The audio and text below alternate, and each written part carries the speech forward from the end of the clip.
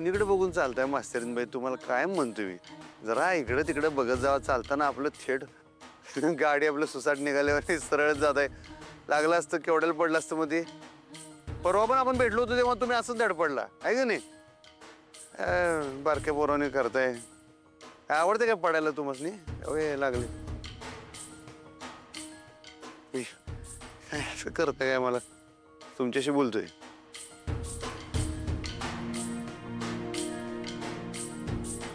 हो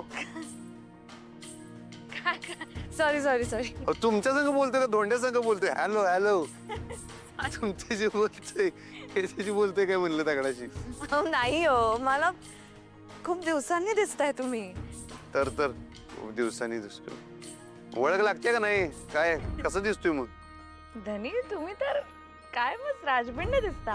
तर राजबिंड नाही, रुबाबदार. म्हणजे खरं सांगायचं ना तर बापरे, अगदी हँडसम दिसताय. हँडसम हँडसम विंडसम काय नाही. आम्ही आपलं साधा रांगडा माणूस आहे. म्हणूनच आवडता तुम्ही मला. इशाय हार्ड. काय कौतुक करायलाच भेटलाय का काय? का अजून काय काय दुसरं कारण बी आहे? नाही हो, मला खूप दिवसांनी तुम्ही भेटला ना, काय बोलू आणि काय नको असं होतंय. हा, मला बी भेटायचंच होतं तुम्हाला. आपण 2-3 वेळा भेटलो मागं, पण आपलं काय बोलणं अर्धवटच राहिलं ना. काय यावेळी जरा इशय वेगळा होता, म्हणलं भेटूनच बोलावं म्हणताना.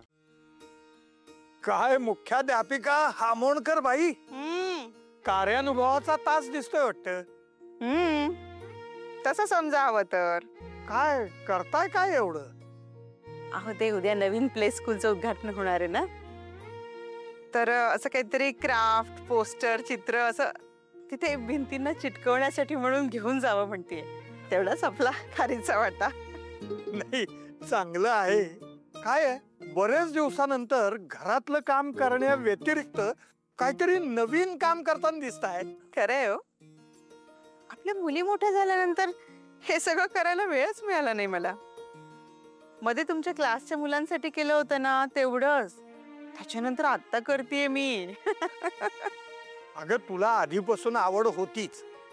मी तुला मागेच म्हणलो होतो की असं प्रदर्शन वगैरे काही असेल ना, त्यावेळेला असं क्राफ्ट काहीतरी करून विकत जा. अहो, स्वतःच्या विरंगुळ्यासाठी करणं वेगळं आणि विकण्यासाठी वस्तू बनवणं ह्यात फरक आहे ना. अगं, मान्य आहे, पण तेवढाच तुझा विरंगुळा. हो हो, विरंगुळा तर आहेच. हा, पण विरंगुळा म्हणाल तर मला एक कल्पना सुचलीये, सांगू का? अगं सांग की. हे अक्षराचं जे नवीन प्ले स्कूल होणार आहे ना, तिथे त्यांना विचारू का मला एखादं काम मिळेल का म्हणून? म्हणजे आता अध्ययन पण सुरू करणार की काय? हो हो, अध्ययन वगैरे असे जड जड शब्द वापरू नका. सहज आपलं माझ्या मनात आलं ना, म्हणून तुम्हाला बोलून दाखवलं मी. एक विरंगुळा म्हणून. तुम्हाला माहितीये ना, मला लहान मुलं खूप आवडतात. त्यांच्यासोबत वेळ घालवायला आवडतो, त्यांच्यासोबत खेळायला, त्यांच्या गमती जमती बघायला मला खूप आवडतं. अगं, माहितीये, माध्यमिक शाळेची मुख्याध्यापिका होतीस, पण वेळ मिळाला ना की बालवाडीच्या वर्गात जाऊन बसायची. त्या छोट्या दोस्तांबरोबर इतकी रमायचीस ना तू. खरंय. त्या बालवाडीमध्ये गेल्यानंतर ना सगळे ताणतणाव निघून जायचे माझे. त्या गोंडस लेकरांमध्ये कसा वेळ जायचा ना, काही कळत नव्हतं मला. आणि नवीन काम करण्यासाठी त्यामुळे एक नवी उमेद मिळायची मला, उत्साह यायचा. अगं, मला आठवतंय ना, तो मोहित्यांचा राकेश. राकेश राकेश हा, राकेश. त्याला शाळेत ते काहीतरी उभयचर प्राण्यांचं प्रोजेक्ट बनवून हवं होतं. तो इतका रडत होता ना, आणि घरचे पण त्याला सारखे ओरडत होते की तुला कळत नाही तर शाळेत शिकतोस कशाला, अमकं तमकं किती ओरडत होते बिचारा. आता उभयचर प्राणी म्हणजे काय? खरंय हो, खरं. शेवटी तू कारलं कापून त्याची मगर बनवून दिलीस. म्हणजे तू त्याला बनवायला शिकवलीस. बनवली त्यांनीच, पण केवढा आनंद झाला होता त्याला. अगं, नंतर ती मगर प्रदर्शनात सुद्धा ठेवली होती. केवढा आनंदी होता तो तेव्हा. आठवतंय, मला आठवतंय. खरंच हो. जिथे आवड असेल ना तिथे सवड मिळतेच.